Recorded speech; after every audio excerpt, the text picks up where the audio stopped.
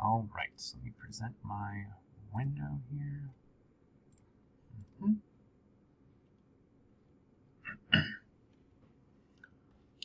All right, can we all see the notes okay and everything?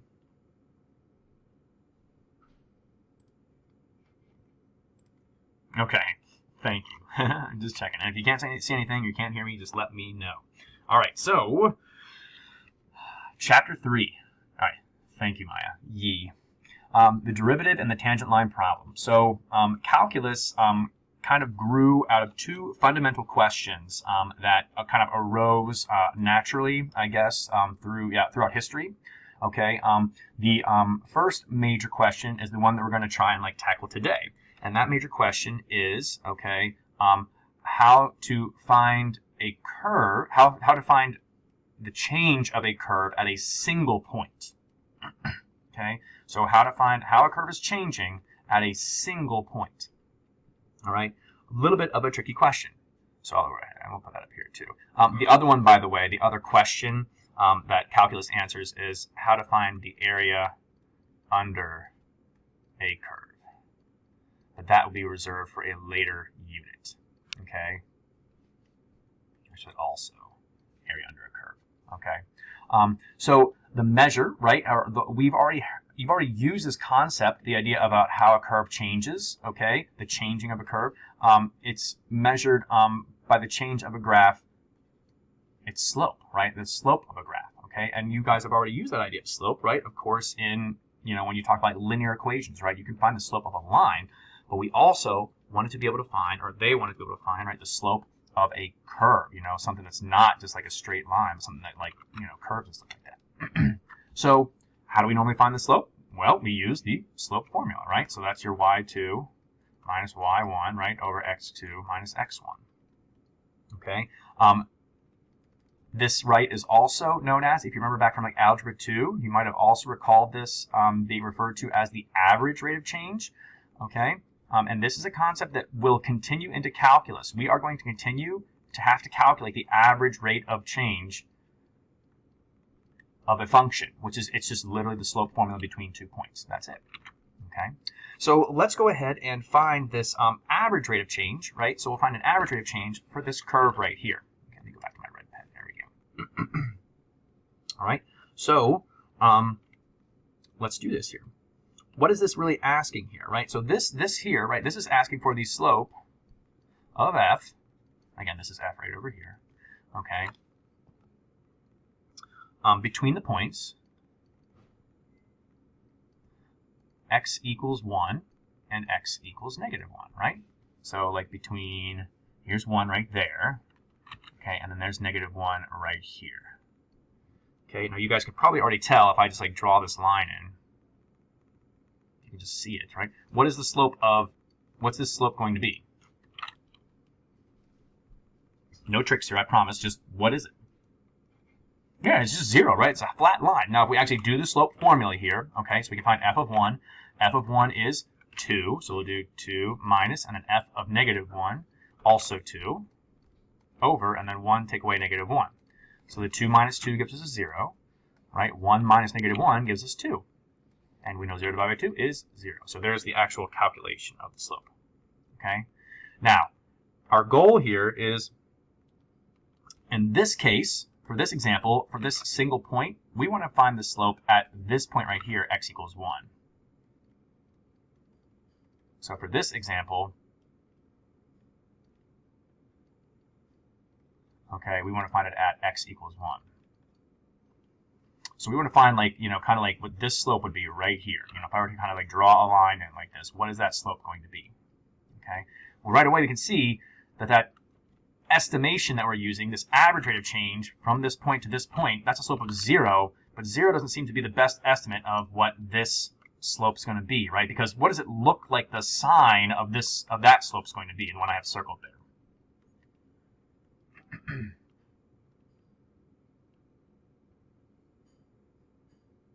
So this slope right here, what do you think that's going to, what kind of slope is that going to be? What could you tell me about that slope, just based on what it looks like right now? Yeah, it's going to be negative, right? So a 0 slope isn't the best estimate of a negative slope, right? Because, I mean, 0 is kind of close to negative numbers, right? But it's not negative itself. So that gets a little, like, it's not helpful. But let's see if we can try and do a little bit better, right? So the way we're going to try and do better here is we're going to get the point a little bit closer.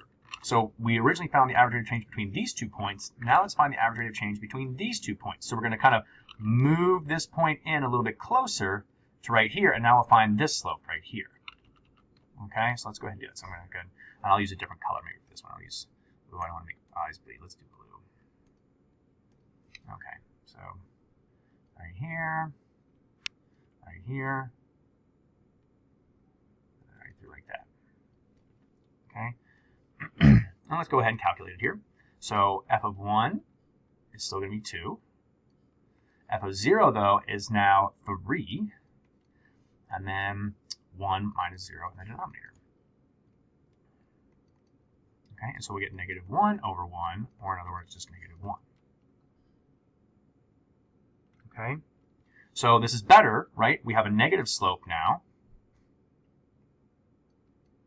Okay, we have a negative slope now, so that negative 1 is, closer to what this looks like. But again, does this slope, this blue slope right here, it doesn't look quite the same as this other red slope right here, right? Even though I'm like drawing it super sloppily, right? That does not look the same as that, but it's closer now. All right, so now let's try actually moving to the actual point. But of course, what's the problem going to be here? When we do f of 1 minus f of 1, that's going to be 2 minus 2. And we do 1 minus 1, well, that's going to be 1 minus 1, that's going to be 0. So we get 0 over 0, right? And we know that as indeterminate form. So you see what the problem, what problem we kind of run into here, right? If we want to use our normal way of finding the rate of change of a curve, right, the slope formula, we run into a situation where, well, if we try to do it at a single point, we're going to get 0 over 0 in an indeterminate form, and it's not really helpful for us in our analysis. Okay? So, what are we going to do? Well, hold on for that thought for real quick here. I wanted to, again, address these little concepts right here. So, expression for slope, right, we already said it's known as the average rate of change. So when you hear a question, when you see a question ask you for the average rate of change, you should think immediately slope. Okay, so again, slope is the average rate of change, right? And it's also called the slope of the secant line.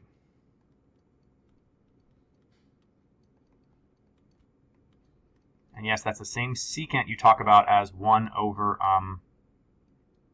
the cosine as well.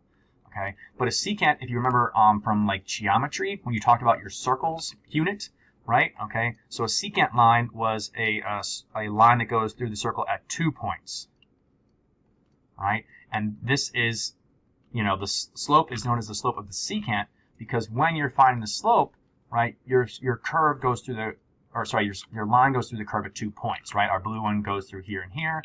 Our red one goes through here and here, right? So that's why we call it a secant line. We're using those 2 points on the curve to define it. But of course, we want to find the slope at a single point, and that's called the slope of the tangent line, right? Because on a circle, right, when you have a line that intersects the circle at 1 point, that's called a tangent. So we're trying to find the slope of the tangent line here. Okay, so what can we do? All right, so questions so far about anything? Feeling all right now? Okay. All right, again, just unpause, type something in chat if you need to, whatever, okay? So the slope formula, all right, doesn't help us get the slope at a single point, but we can make some slight adjustments here to help us to do what we want to do, okay? So let's consider this curve now, new curve, all right? And we'll have these 2 points already, C and f of c. Okay, rather than coming up with some other like x coordinate here like d and then saying this is f of d, okay, we're not going to do that. Okay, what we're going to do instead is be a little bit trickier. We're going to go out some distance here from C. Okay, and this distance I'm going to call some small distance, we'll just call it delta x. Okay, delta x, and that's all one variable, right, just delta x there. So then if the distance from here to here is the distance of delta x, what would this x coordinate have to be then? What expression could we say is that x coordinate right there?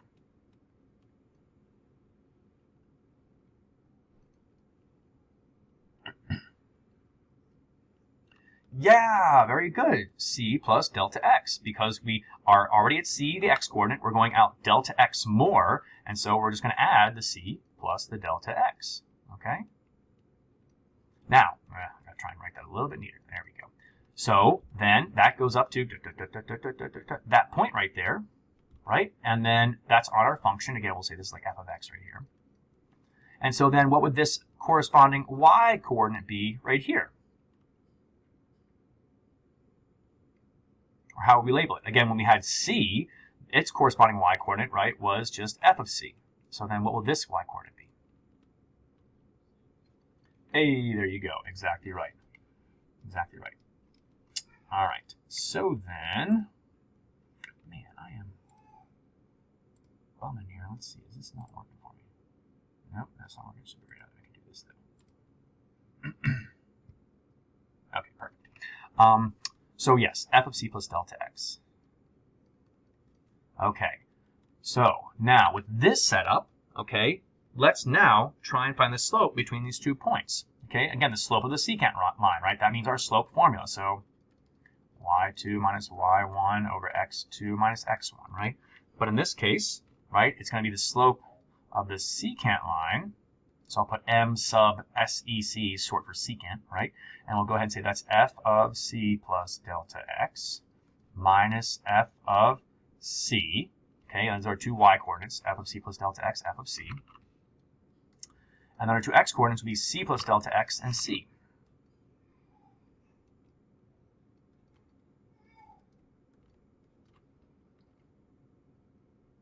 Okay? So again, think about it this way, right? It's like y2 minus y1. There's our x2. Oh boy. And there's our x1. Okay, right there. Now, of course, this simplifies a little bit. How can we simplify this just a little bit? What actually can cancel out here?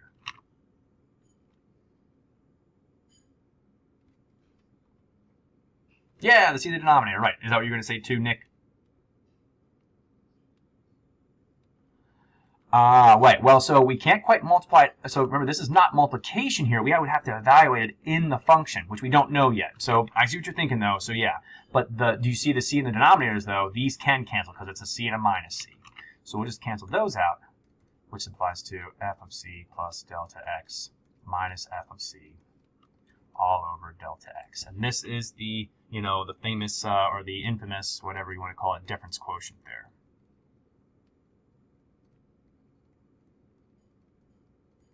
Okay. But again, this is not super helpful because we're still finding the slope of the secant line. We want to find the slope at a single point. So what are we going to do? Okay. Well, we're going to shrink down this delta x.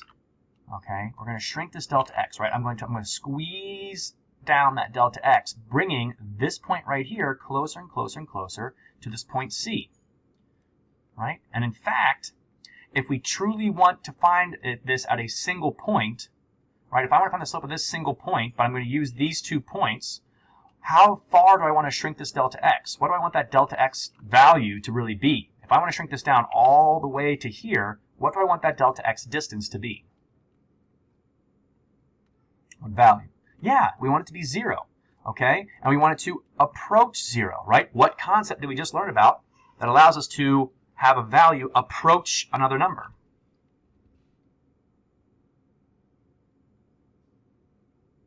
Yeah, limits, right, okay. So the definition of the tangent line here with the slope of line M, right? So to do this right here, all right, what we're going to do is we're going to find the slope of the tangent line by taking the limit as this delta x here, right? This distance between the 2 points, we want it to shrink down to 0. And we're going to find that slope using our slope formula right here.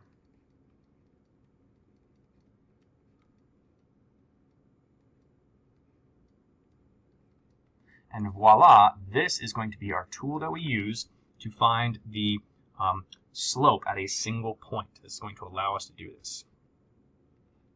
Okay? So I'm going to write some stuff right here too, just to kind of summarize that idea. So by shrinking delta x to 0, we can bring c plus delta x closer and closer to c. This makes our secant line, or our secant line's slope, a better and better, right? It keeps getting better the closer you get to that other, the more you shrink down this delta x, the closer that c plus delta x gets to that c there, okay? This makes our secant line slope a better and better, representation of the slope at the single point c comma f of c. Okay.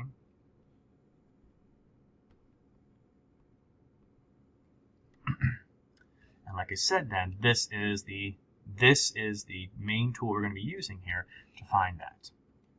Okay. Find that definition of the slope of the tangent line. Okay.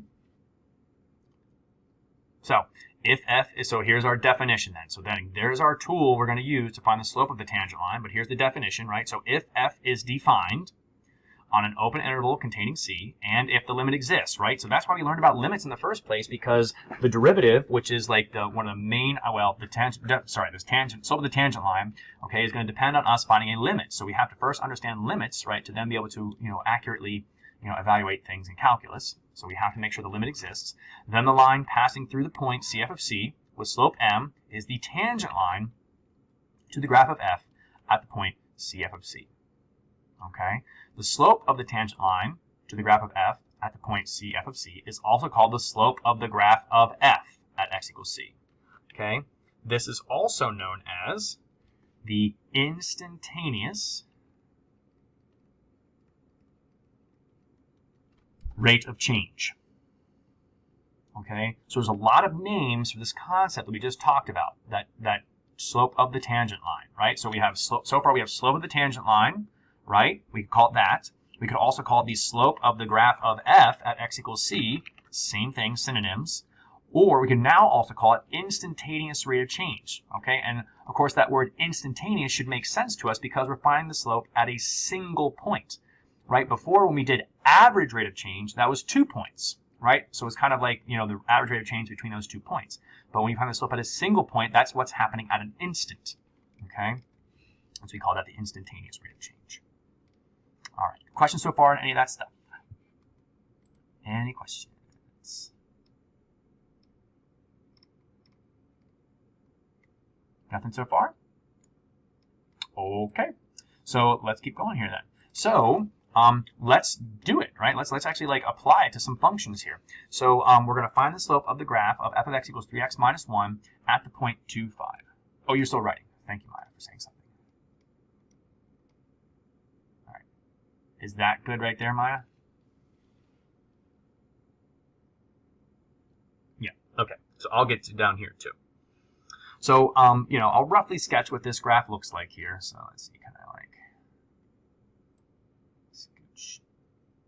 Yeah, that's too much. There we go. Well, where do we go? Let's zoom out. So there we go. Don't know this better. All right. Anyway. All right. So what's this graph going to look like? All right. Oh, morning, Justin. So we have, like -1 down here, and our slope's going to be 3x minus 1. So slope of 3, I don't know, looks something like this. Okay. So let's say that's our graph. Okay. And we want to find the slope at the point 2, 5. Okay. So, I don't know, let's say it's like somewhere like right here, we'll say, or something like that. Okay. Now,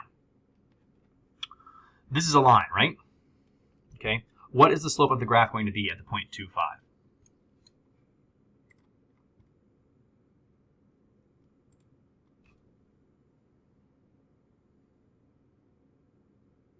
Without even doing any calculus, what will the slope of the line be at the point 2, 5? So, okay, that's the equation of the line. What is the slope?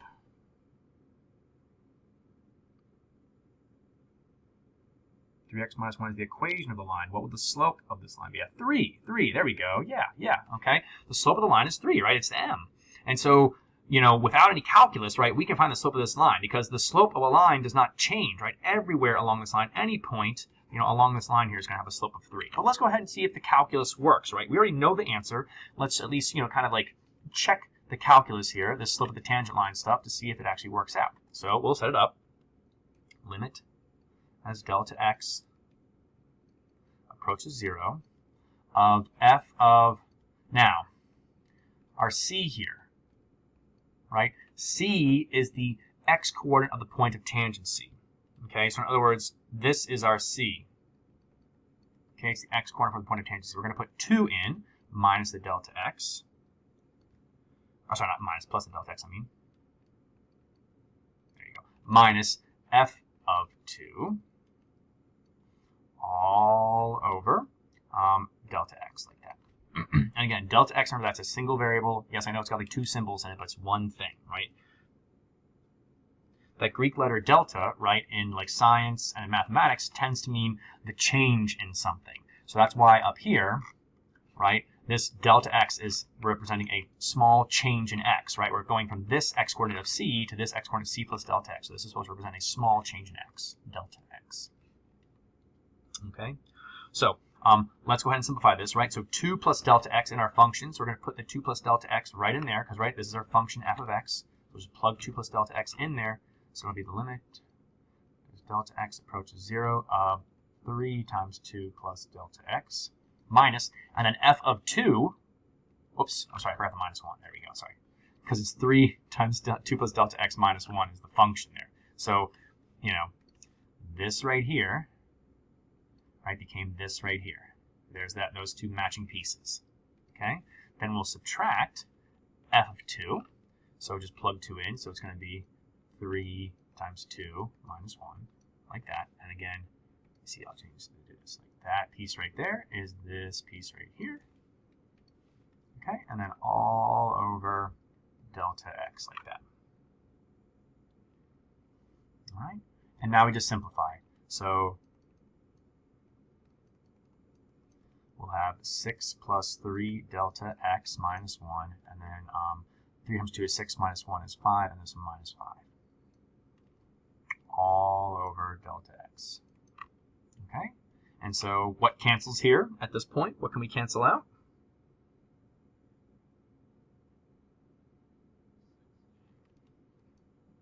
Yeah, those all cancel, right? And so we're left with the limit as delta x approaches 0. Yep, 6 minus 5, and also that minus 1 there too. So we're left with 3 delta x over delta x, or the limit is delta x approaches 0, 3 delta x over delta x. So those delta x's will exactly cancel. And so we have the limit as delta x approaches 0 of 3, which is really just then 3. Okay? So all this work just to say something that we already knew, that the slope of this line at the point 25 is 3. Okay, so why does this answer make sense, right? Because, well, the slope of the line is 3 everywhere.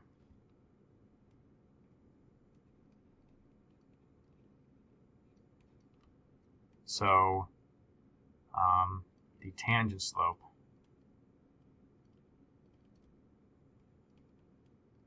should be 3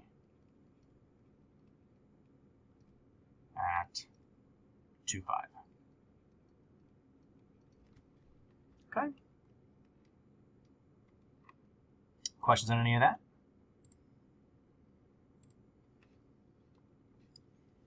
Alrighty. So let's try this one then. All right, number 2 then. We've got, again, we want to find the slopes. We're going to find more than one. The slopes of the tangent lines to the graph of f of x equals x squared plus 1 at the points negative 1, 2, and 0, 1. Then find the slope of the secant line between, those 2 points. Okay, so again, this is another example of a function that you guys should kind of like have in your head, right? It's just a parabola, right? X squared there, and we're going to add 1, which means it shifts up 1. So it's going to look something like this. It doesn't have to be like an exact, like representation of it, but you should at least know it's like shifted up, right? 1, because of that plus 1 on the outside there. Okay, and then we want to find the slope at 0, 1, so this point right here, and the slope at negative 1, 2, right here. Okay, so so these 2 points. Now again, you guys might already have some intuitive sense about what those slopes might be. Okay, looking at this point right here, for example, what do you expect the slope of the tangent line at this point to be? Right here. What would you expect that slope to be? Based on what you can... Yeah, 0. Right, okay, yeah. How about, what about the... let me go over here. What about the slope at this point? Or at least what could you maybe tell me about the slope at this point? What do you think it's going to be? Maybe not a number, but like... Go ahead, Nick. Yeah, it's going to be negative, right? Probably, right? Because it looks like, again, if you were to like draw a tangent line right there, it's going to have like a negative slope. All right? So let's see what actually happens. All right, we'll start with the tangent line at negative. So let's do the negative 1, 2, 1 first. Okay, so we'll do the limit as delta x approaches 0 of f of, and again, the c is the negative 1 right there. That's our c. Plus delta x minus f of negative 1 all over delta x there. Okay, and so then we will evaluate this piece first. I'll do this like in a different color, maybe just to kind of show it up. So there's that, which means I'm really going to have negative 1 plus delta x squared plus 1, right? So this blue piece I just circled becomes this blue piece right here. And then minus f of negative 1, so then minus, and then f of negative 1 will be, I'll put parentheses here, negative 1 squared plus 1. Sorry, I'm going off the notes there. Okay, and that's all over delta x. Now we have to expand this out. So now this one's a little more complicated, right? This is a parabola, so you can see that its slope is different, right? We said that this slope right here was 0. This slope right here looks negative. Some slopes over here look like they'd be positive for a tangent line. So the slopes of this are changing. The slopes are changing, right? So we have a little more work over here to do too, right? We have to expand out this negative 1 plus delta x squared, right? So we'll go ahead and do that. So remember that negative 1 plus delta x, that quantity squared, means it's negative 1 plus delta x times negative 1 plus delta x, right? We have to expand it out like that. So we're going to get 1 minus 2 delta x plus delta x squared, and then plus 1, right? Don't forget to bring down that plus 1 as well. And then minus, and then let's say it's going to be 1 plus 1, so 2. All over. Ooh, and I did a big mistake here. I did not write my limit.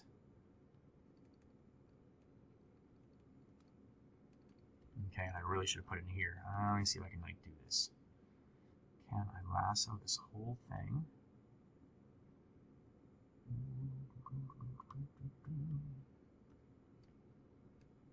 Oh my gosh, it worked. Okay, so let me write that in. Like that, perfect. Okay. Sorry, you guys probably are writing with paper and pencil, and you don't have a lasso tool on your pencil, I'm guessing, so you'll have to kind of squeeze it in or something like that. And yes, it is important that you continue to write that limit there. Okay?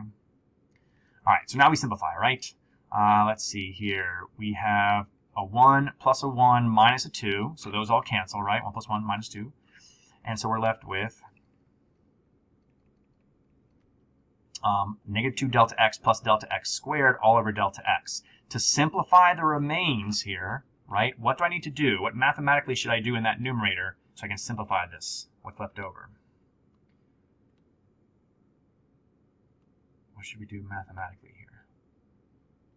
Yes, factor out a delta x, right? Both of these terms here are the delta x, so factor out a delta x, then you have a negative 2 plus another delta x left over there all over the delta x. Okay, some folks made some mistakes with this on their quiz. That's why I said something here. Okay, and so we'll have that negative 2 plus delta x like that. Now we can finally sub in the 0 there for a direct substitution, and we end up with negative 2. Okay, so Nick's, I don't know, presumption, evaluation, analysis that this was going to be a negative slope here was right? In fact, it's a negative 2 slope. Okay, it's a slope of negative 2. So that's exactly right. Okay, so I'll put that right here. So I'll kind of draw like a little tangent line there. And I'll say E, the slope of the tangent equals 2 at that point. All right, let's also go ahead and do it at this point too. I'll go a little bit faster though with this one. All right, so let's see, we'll do it right here. What is it? 0, 1, right? Okay, so at 0, 1, we'll have the limit again as delta x approaches 0 of f of 0 plus delta x minus f of 0 all over delta x. Okay, and again, we'll just sub in. So this is nice because 0 plus delta x is just delta x. So when I sub in, it's just going to be delta x squared plus 1. Right, again, this piece becomes this piece. Minus f of 0, so that'll be 0 squared plus 1. And again, this piece and this piece correspond, and then over delta x. Okay, so we can see here that this is just going to become 1, so 1 minus 1, those will cancel. Okay, we'll have just delta x squared.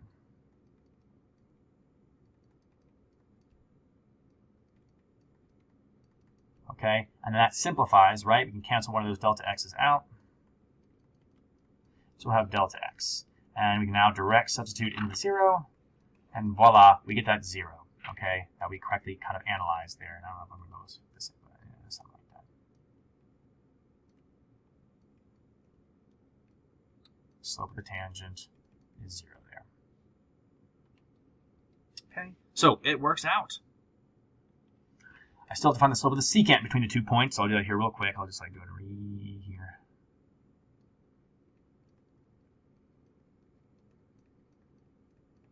Okay.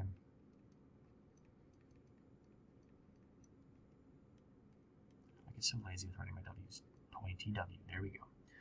Between negative 1, 2, and 0, 1. Okay, so again, just slope formula, right? So 2 minus 1 over negative 1 minus 0. 1 over negative 1, or just negative 1. Okay, so we answered the question there. Alrighty, questions on any of that? Feeling good? No questions so far? Alright, very good.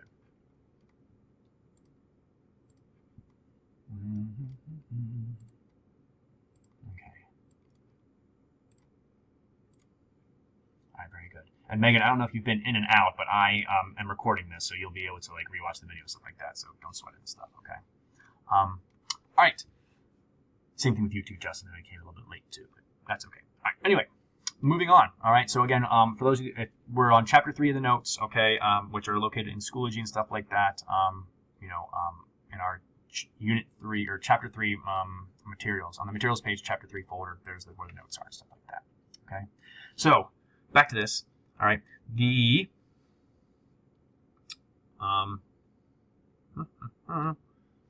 So the limit used to define the slope of a tangent line is also used to define one of the 2 fundamental operations in calculus, right? So operation like add, subtract, multiply, divide, right? That kind of thing.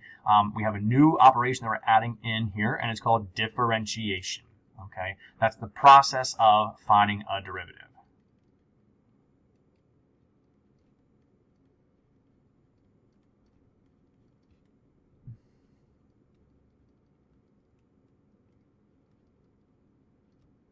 Or I guess the derivative we'll say.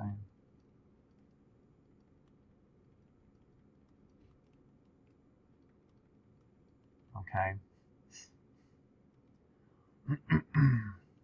Oh, I guess it says right here too. Well, anyway, you get the idea. Okay. The derivative, okay, you can kind of think of as like, it's a generic formula. You can think of it as like a formula here, maybe we'll say. For the slope of a curve at any point. Okay, so like up here in the earlier problems, right, we were finding the slope of the curve at specific points. We were given specific points, you know, the point -1, 2, the point 0, 1, right? We found the slope at specific points. But instead, what we can do is find the derivative which is just kind of like a formula for the slope of the curve at any point. And then that allows us to find multiple slopes without having to continuously do this derivative over and over again, without having to do this process of the limit over and over again. We do the derivative once, right? We find the generic formula for the slope at any point. That generic formula then allows us to plug in these specific points, without having to redo the limit definition, stuff like that. Okay? So the derivative of f at x is given by f prime of x equal to the limit as delta x approaches 0 of f of x plus delta x minus f of x all over delta x, provided the limit exists. Notice here that we are using a generic x here, no longer a specific number c. Okay, so c always refers to like a single value kind of thing, but x here is just a generic variable x. Okay, so that's a kind of, general formula. This notation here, take note of that, right? There's several different ways to denote the derivative. This is a I just was reading about this over the summer and stuff like that. But this f prime of x is that's how we read that, by the way. F prime, okay, is how we read that, of x. That derives from Newton's development of calculus. And then some of these other things down here, like the dy dx or the d dx like this, those developed from Leibniz. Newton and Leibniz kind of like both developed calculus roughly at the same time, although I'm pretty sure that Newton is credited with being the first to kind of like really develop it, but Leibniz also did a lot as well. Okay, so this is Leibniz's notation right here, just out of curiosity, kind of thing. Anyway, the process of finding the derivative of a function is called differentiation, right? We just talked about that right up here. A function is differentiable, right? So again, look at your prefixes, look at your suffixes, right? Differential, so that means like, taking the derivative. Able, so basically this means able to take the derivative. Okay, so we say a function, you can take its derivative at x if its derivative exists at x and differentiable on an open interval ab, right? So we can be differentiable at a point x if the derivative exists at that point x.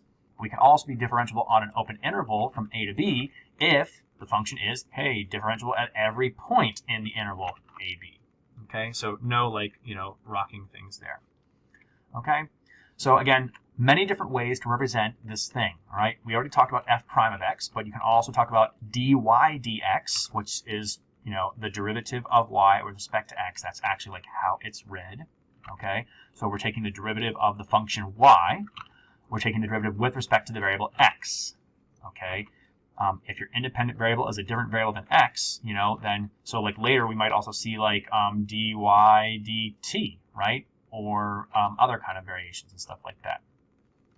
Instead of f prime, right, you can also use y prime, right? They kind of like go hand in hand, right? Because y and f of x are kind of interchangeable.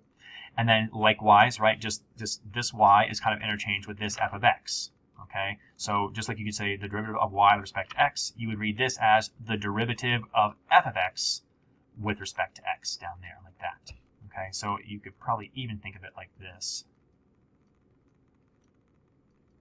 Kind of thing. These are kind of like synonymous, just like this one could be kind of thought about like that. Okay. Again, that's just a note on notation. You'll see all of these different varieties of writing the derivative. So it's really, important that you're able to read all of those different things, okay, and interpret what they mean. All right. Questions on anything so far? Still doing all right? Hanging in there okay?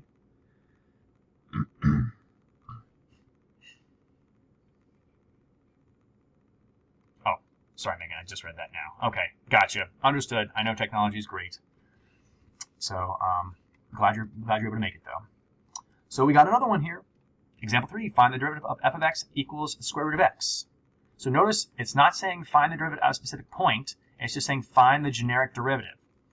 Then find the slope of the graph of f at these points. Okay? So in other words, we're not going to say this is c equals 1. We're not going to say c equals 4 here. We're going to find the generic derivative of this, then plug in these points to get the slope. Okay? So let's go ahead and sketch what this looks like, right? This is the square root of x, so it's going to look something like this. Starts at 0, 0, and goes up like this. Okay? So our setup again, limit as delta x approaches 0 of f of x plus delta x minus f of x all over delta x. Okay, but like I said, generic derivative now. No specific point just yet. So we're going to use this as our function right here, right? So square root x plus delta x, right? Minus, and then f of x, which is just this right there, square root of x. Okay, and again, I'll keep doing this for like this lesson at least. Oh, now you're not going to work for me, you jerk. Okay, well, we'll have to do this then. So again, this piece became this piece, right? And you're not going to work for me too for some reason. And then this piece became this piece, right? So just so you guys keep all that straight, because that can be a little confusing at first, but I won't keep doing it. Okay. Well, in the past, we were able to get some stuff over here to cancel out some stuff over here, right? But that's not happening now. We can't subtract these two things. They're not like terms. So, how do we continue to evaluate this? Hint, we're going to use one of our strategies from last unit. When we ran into square roots like this, and we wanted to simplify that limit, what would we do? Multiply by the conjugate. That's exactly right, Joy. So the conjugate in this case then, and I know it's like all variables, so it's kind of yucky, but the conjugate in this case would be root x plus delta x plus root x over root x plus delta x plus root x. Okay? So, and that's like kind of how things are going to be with calculus, right? I mean, like calculus is like super awesome and that like really builds on itself, right? So right away, right, we can see the payoff of making sure we understood our limit stuff, because the limit stuff is now, you know, running right into our you know, the new next chapter here with the derivatives and stuff like that. Okay, so super important, right, that you get these fundamental ideas down as we go, because you're going to be continuing to build on those things. Okay, it's very rare in calculus where we're just going to have like random bits of data that you're going to have to like, you know, learn that don't really connect to anything else. It will happen, unfortunately, but most of the stuff is all connected. So it's super important. Everything that you learn, you really get down solid so you can build on that later. All right, anyway, multiplying this out. Yes, I'm going to do. Oh, yes, I'm going to do it. All right, here we go. So it'll be root x plus delta x squared. I'm going to write the whole thing out because I am a glutton for punishment. Okay, you guys are welcome to, you know, write the simplified version out if you are comfortable with that. But I'm going to do this because, again, just this first time, I won't continue to do this. I've expanded out there. And then delta x parentheses. Please make sure you use parentheses here when you have the remaining pieces in the denominator too. Oh boy, too many, too long. Nope, square root x. There you go. Okay, like that. But again, those middle terms cancel out, right? So just, if you don't want to write that out, I totally get it, but I'm going to do it so it's for, you know, the sake of the video and stuff like that. Squaring the square roots, right, gives us the x plus delta x minus the x.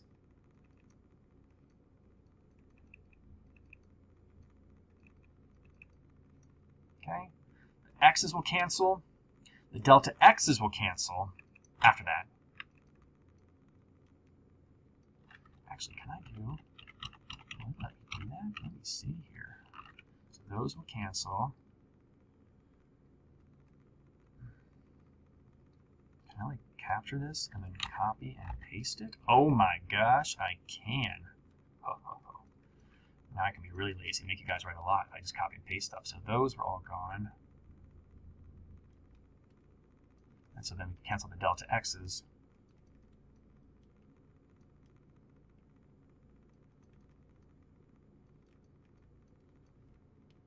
Power of a mouse. Yes, I know. It's amazing. This OneNote's pretty nice. I like it. I'm not a Microsoft shell, I promise. But I am an Apple hater. Okay. So, now, finally, plug in 0 for delta x. Woo! Okay, so the 0 right in here for that delta x means just x plus 0, so it's just root x. And since we're adding a root x plus a root x, what does this finally simplify to be? 1 over what? A Microsoft shill, as in like someone that like, you know, Microsoft pays to like push their products and stuff like that. you know, like most YouTubers when you see them like advertising Skillshare or something else, you know, kind of thing. And I get it, they got to make their money, but you know, anyway. 2 root x when you add them together. Okay, and so there, okay, is the derivative of the square root of x, the generic derivatives of the square root of x. Okay, so we'd call that f prime of x because we said f of x was root x, right? It's the generic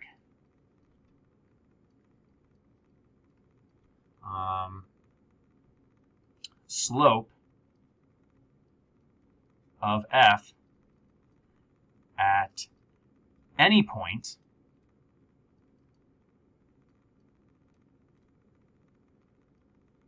actually I'll say that at any point. Okay, so rather than finding this like a bunch of slopes at single points, right? Now we have a generic formula here that allows us to find the slope at any point. So since we know that f prime of x is equal to 1 over 2 times the square root of x, then now we can finally evaluate the slopes at 1, 1, and 4, 2. Okay, so let's find, so at, let me do it this way. So f prime at 1, 1. Okay, let's see what that looks like, right? So it'll be f prime of, well, we only need an x coordinate here, right? So we don't even need to worry about that y coordinate at all. We're just going to plug in a 1, because we have 1 over 2 times the square root of 1, which is just 1/2. Okay, we can plug in 4, 2.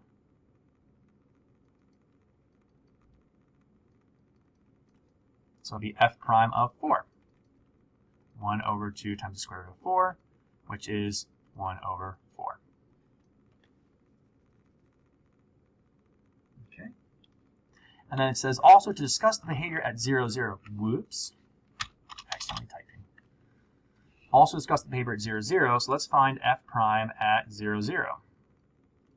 And what's going to happen when we go to evaluate the derivative at 0, 0?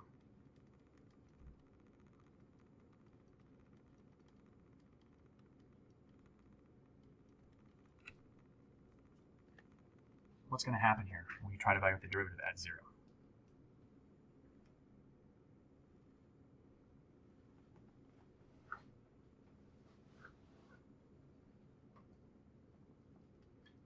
Yeah, our derivative has a vertical asymptote. This is undefined.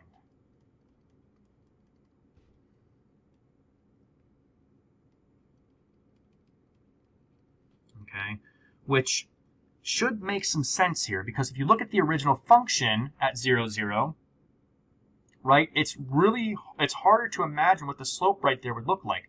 What would a tangent line at this point 0, 0 look like? It's kind of hard to draw, right? Like, for example, here, we can much more easily visualize, oh, okay, you know, there's my point of tangency, so like the tangent line is going to look something like, well, like this, right? Or like, here's my point of tangency, so the tangent line is going to look something like that. Or here's my point of tangency, the tangent line is going to look something like that. But here at this point, there's no more curve at 0, 0 to kind of help us indicate what that tangent line would look like, right? So like a tangent line could look like all these like weird things here, because it's not really clear, you know, what the behavior of the curve is. There is no more behavior, okay? And so that's what we run into there at that point, right? The limit at this point doesn't exist because the right-hand limit exists, right? But the left-hand limit, there's like no curve here. So the limit doesn't exist, which is where we get that undefined idea from, okay? All right. Oops, there we go. All right, so the next one here, example 4, find the derivative dy dt for the function y equals 2 over t. So you see here that dt, right, it changed from dx because our variable in here is a t, right? And so instead of finding the derivative of this function with respect to x, there's no x's, right? And technically you can find the derivative of this with respect to x, but that's a later conversation potentially. But right now, right, since it's t is our variable, we want to find the derivative of y with respect to t, okay? So I'm going to leave this to you. I'm going to let you guys try this one on your own. Here's like a little graph right there of the function. I want you to go ahead and try and do this yourself. Okay, so set up the limit definition of the derivative, right, and then evaluate it using our skills that we talked about from last, unit. All right. I'll do it as well. You can like look at my screen if you want to, but I just won't say anything. I want you guys to try it on your own. Okay. So here we go. Give it a go. I'm going to start right up here. And I guess I should say delta t approaches 0. You can use delta x if you really want to. I'm going to say delta t.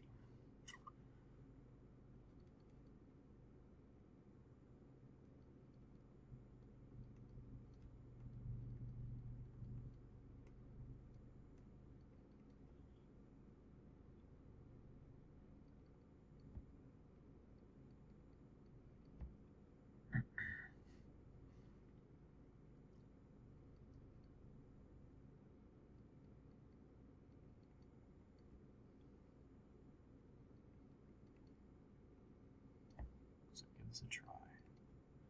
And if you want, if you look at my work and you're confused by something, or you want to ask me a question, please, say something. Don't feel like you have to like sit there and, in silence.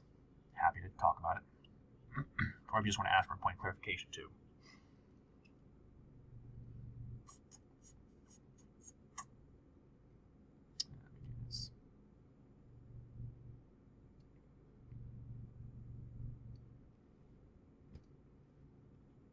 Ooh, not what I wanted to do, but that's good to know.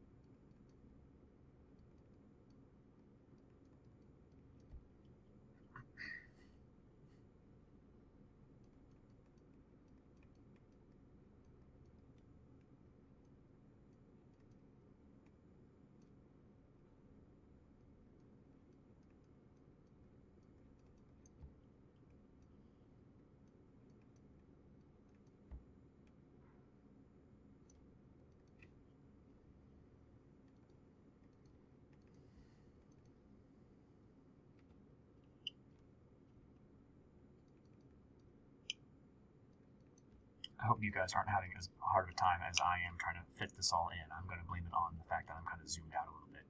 Hopefully you guys can fit all yours in okay.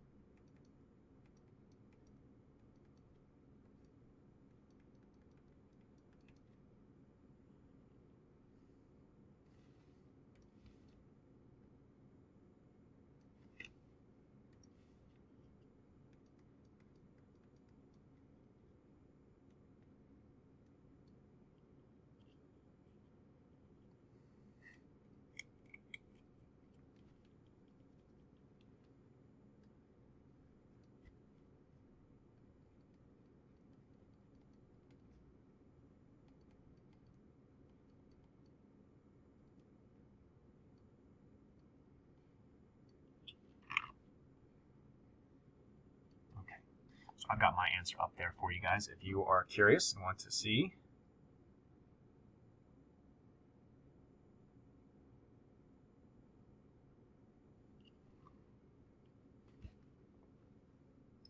Okay.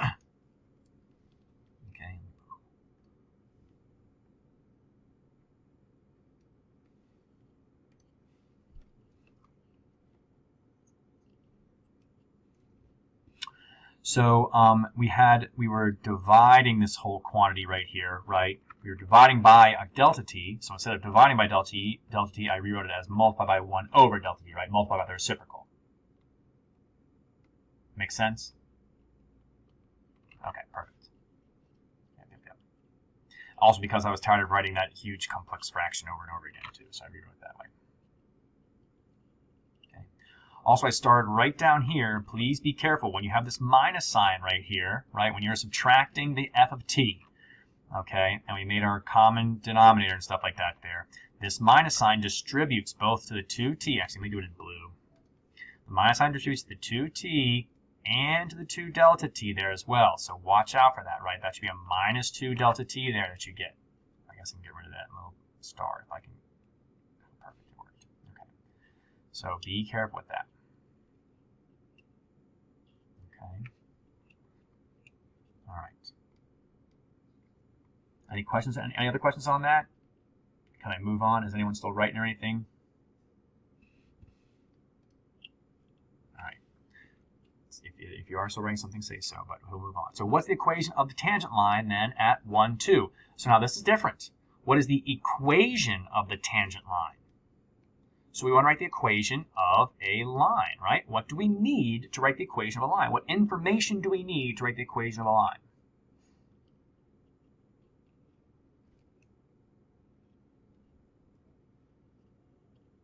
Anytime we want to write the equation of a line, what information do we need? Okay, slope and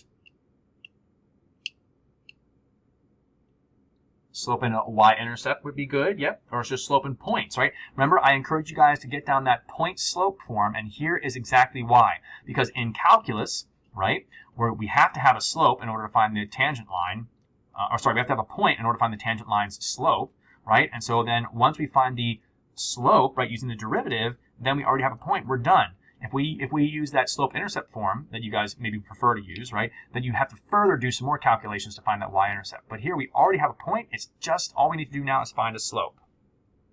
So find a slope and point. Okay, so we already have the point right there. We just need to find the slope.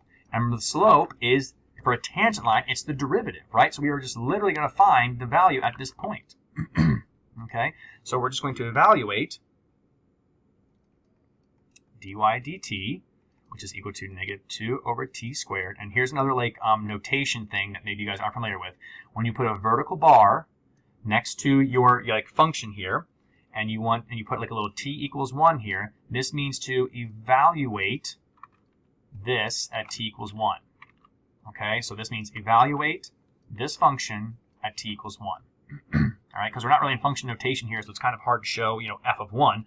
We don't have f of t here. It's just dy dt equals this. So this is another way to show that. And so when you plug that 1 in, you get -2. So this is our slope. Slope of tangent line at 1, 2. Okay, and so then our equation is, in point-slope form, y minus 2, -2, times x minus 1, like that. And there's our equation for our point-slope form. Okay, our point-slope form is y minus y1 equals m. Let me do it over here in a different color. Y minus y1 equals m times x minus x1.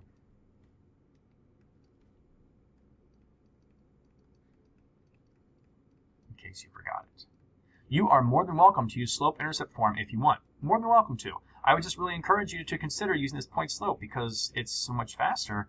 You already have a point and a slope. We're going to do this. Okay. Almost done here. Well, this is our last page. Right, what you're looking at right now is our last page. We won't go any further than this. Okay. So let me just finish this here real quick. Any questions up to this point so far? I'm running low on time here, so I want to make sure we get it all in. Okay. So another alternate form, or an alternate limit form of the derivative, right? So something different than the f of x plus delta x minus f of x all over delta x kind of thing, is this one right here. Okay, which looks more like a slope formula, right? y2 minus y1 over x2 minus x1 kind of thing. Okay. Again, it's provided this limit exists. The existence of the limit in this alternative form requires that the one-sided limits are the same, right? These one-sided limits are called the derivatives from the left and from the right. Okay, so alternatively here, we could see the derivative from example 2 here as this. So again, example 2, if you don't recall, was f of x equals x squared plus 1. And we'll just do it at the point 1, negative 2. Or negative 1, 2, I mean. Okay, so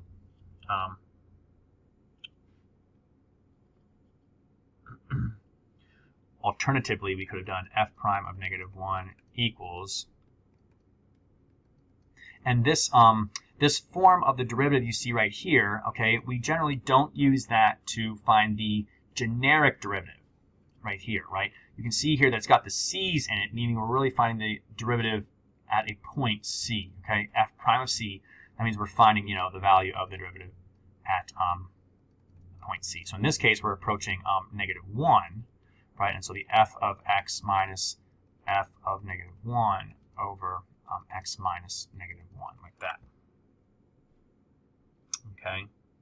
And then we can simplify this. So f of x was the x squared plus 1 minus f of negative 1, right? Well, we already know the y value there is 2, so it's just minus 2 over x, and then minus negative 1 becomes x plus 1, like that. Oops, I forgot my limit stuff. Let me fix that. Squeeze that in here.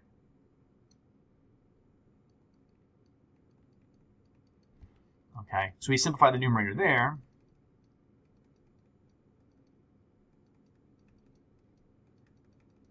Okay, and then what can we do here to simplify this?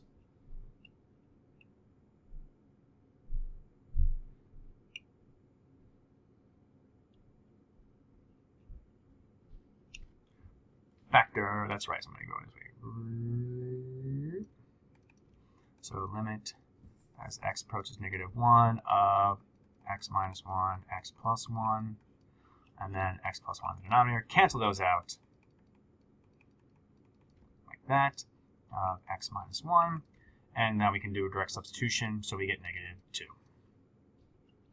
Okay, which again is the slope of f of x at the point negative 1, 2. Okay. So there you go.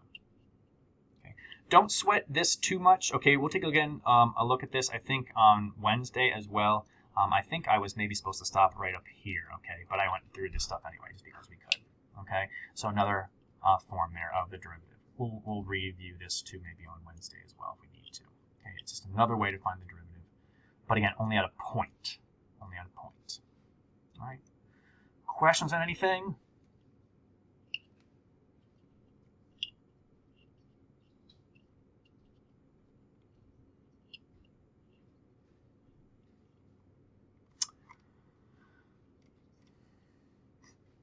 Yes. So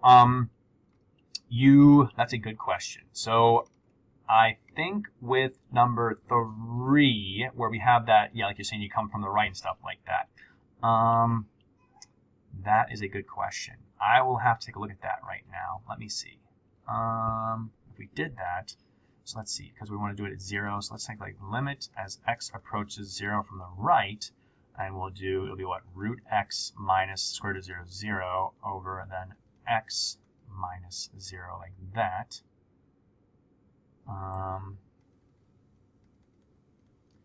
0 from the right, let's see here. And so then that would be x to the 1/2 over x, which is just the